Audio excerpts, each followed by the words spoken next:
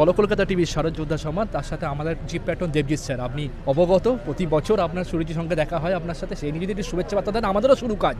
না দেখুন, প্রত্যেক মানুষ যারা ভালো কাজ করেন বা যারা সারা বছর ধরে খাটেন, প্রত্যেক কাজেরই একটা দরকার একটা স্বীকৃতি।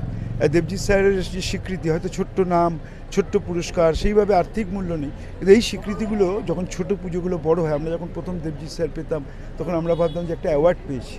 আজকে হয়তো অনেকের মধ্যে সেটা আমরা গুনতে পারি না, কিন্তু ইনিশিয়াল স্টার্ট করা, গাড়িটাকে শুরু করা, এটার জন্য দেবজিৎ স্যারকে অসংখ্য ধন্যবাদ যে তিনি দুর্গাপুজোকে এইভাবেই প্রমোট করছেন এবং সমস্ত ছোটো পুজোর পাশে থেকে তাদের তুলে আনার জন্য চেষ্টা করছেন।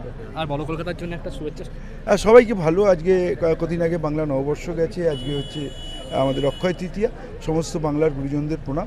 সবাইকে বলবো, আসুন, বাংলাকে গড়তে গেলে মমতা ব্যানার্জির স্বপ্ন যে বাংলাকে সর্বক্ষেত্রে এগিয়ে নিয়ে যাওয়া। আমরা প্রত্যেকের দায়িত্ব পালন করি। আমরা যদি সবাই সবার কাজটা করি,